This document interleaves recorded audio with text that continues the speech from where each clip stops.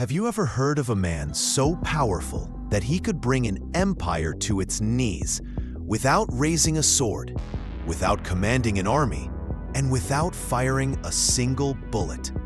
His name is etched in history as Mahatma Gandhi, the father of India.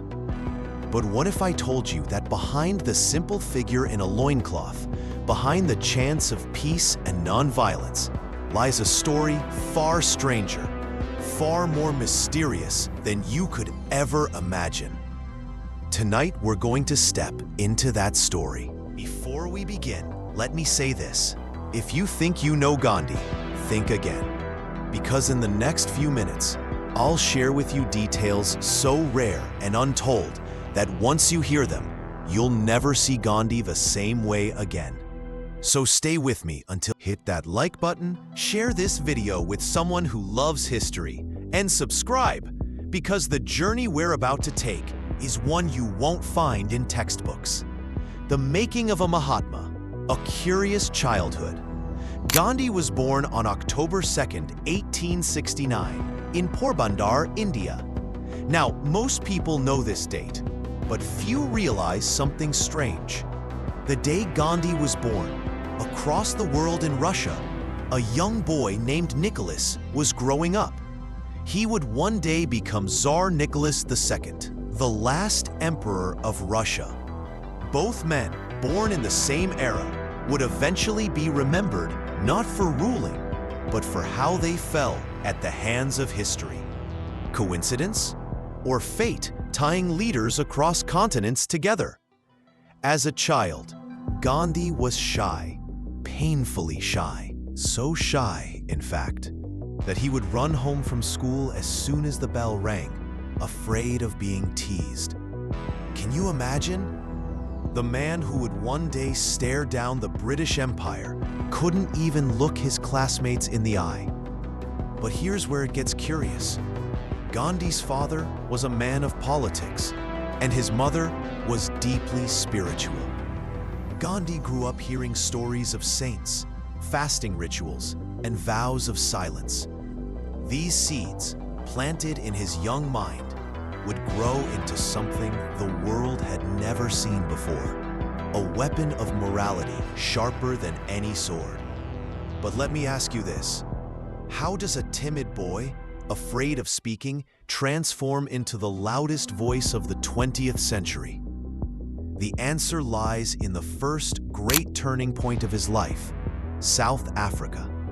The train ride that changed history. It was 1893. Gandhi, now a young lawyer, boarded a train in South Africa, holding a first-class ticket. But when a white passenger objected to sharing the carriage with him, Gandhi was thrown out onto the cold platform of Pietermaritzburg station. Most people know this story, but here's what they don't know. Gandhi sat on that freezing platform the entire night, not just humiliated, but burning with questions. He later wrote that this single event was the most creative experience of his life. But the mystery lies in his reaction. Instead of striking back with anger or seeking revenge, Gandhi began to dream of a weapon that no empire could crush: non-violent resistance. Think about it. A man is pushed out of a train, and instead of planning rebellion, he invents a philosophy that will inspire Martin Luther King Jr., Nelson Mandela, and countless others. Was this accident or destiny? And here's another detail almost no one talks about. Gandhi was actually on his way to defend an Indian merchant in court. If that case had never existed, if Gandhi had never taken that train, the world may never have known the Mahatma. Experiments with Truth, The Secrets Within. Gandhi called his autobiography The Story of My Experiments with Truth. But hidden inside that title is something people rarely notice. He wasn't saying he knew the truth. He was saying he was experimenting with it, testing it, questioning it, shaping it. One of his strangest experiments? Food. Gandhi believed that what you eat shapes your spirit.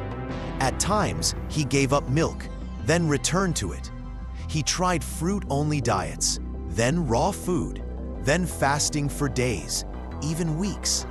His longest fast? 21 days, without food, only water. But here's the rare fact.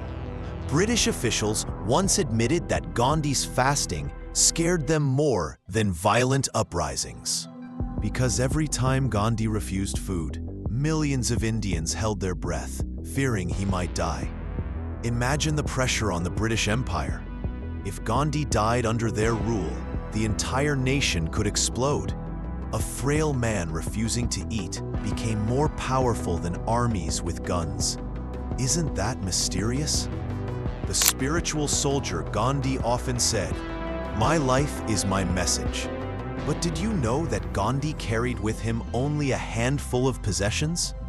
A pair of sandals, a spinning wheel, and a copy of the Bhagavad Gita. That's it. Yet when Time magazine named him Man of the Year in 1930, they described him as more powerful than any general alive. But here's something Western audiences rarely hear. Gandhi's idea of nonviolence wasn't just political. It was spiritual warfare. He believed that resisting without hatred drained the enemy of their moral strength. Imagine fighting someone who refuses to fight back. Every strike you deliver makes you weaker, not stronger. And the British knew this. Winston Churchill once mocked Gandhi, calling him a half-naked fakir. Yet deep inside, Churchill feared him. He once admitted privately that Gandhi's movement threatened the very foundation of the empire. Isn't it ironic? The most powerful empire in history was shaken, not by bombs, but by a barefoot man spinning cloth. Rare connections, from Tolstoy to Einstein. Here's something most people don't know. Gandhi had pen pals, famous ones. He exchanged letters with Leo Tolstoy, the Russian author of War and Peace, about spirituality and non-violence. He also corresponded with Albert Einstein. Yes, Einstein.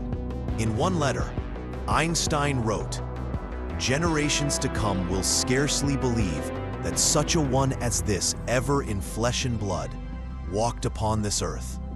Think about that. The man who unlocked the secrets of the universe saw Gandhi as a greater mystery than physics itself. Isn't that fascinating? The darker side, controversies few dare to speak. But let's not paint Gandhi as a saint without shadows. Hidden within his story are controversies most people avoid. He had complicated views on race during his early years in South Africa, at times expressing prejudices against Black Africans.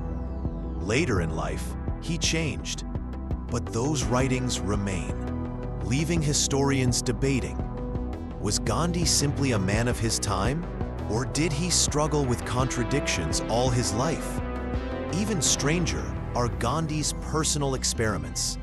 In his later years, he tested his vow of celibacy by sleeping beside young women, including his grandniece, claiming it was to test his self-control. These actions sparked outrage, and to this day, scholars argue over whether Gandhi was a visionary saint or a flawed human cloaked in mystery. And perhaps that's the greatest puzzle of all. How could a man both deeply admired and deeply controversial still inspire millions? The assassination, a mystery that still haunts.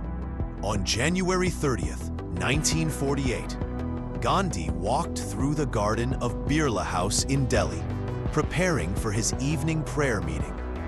As he greeted the crowd, a man stepped forward, bowed, and then fired 3 bullets into his chest. That man was Nathuram Godse, a Hindu nationalist who believed Gandhi had betrayed India. But here's where the mystery deepens. Godse claimed Gandhi's death was necessary to save India. Yet, after the assassination, India didn't collapse, it united in grief. Millions wept, some refused to eat, and the man who had once said, "My life is my message," became more powerful in death than he ever was in life. But here's a chilling detail you won't hear in textbooks. Gandhi had predicted his death. Days before the assassination, he said, "If I am to die by the bullet of a madman, I must do so smiling." And when he fell, witnesses claimed his final words were "Hey Ram, oh God," almost as if he had rehearsed his farewell. Coincidence or prophecy fulfilled? The legacy. More than a man today, Gandhi is remembered in statues, in books, in history classes. But perhaps his true legacy isn't in what he did, but in the mystery he left behind. How did one man, armed with nothing but truth and stubborn courage, change the course of history? Was Gandhi truly a Mahatma, a great soul, or was he simply an ordinary man who discovered extraordinary power in simplicity?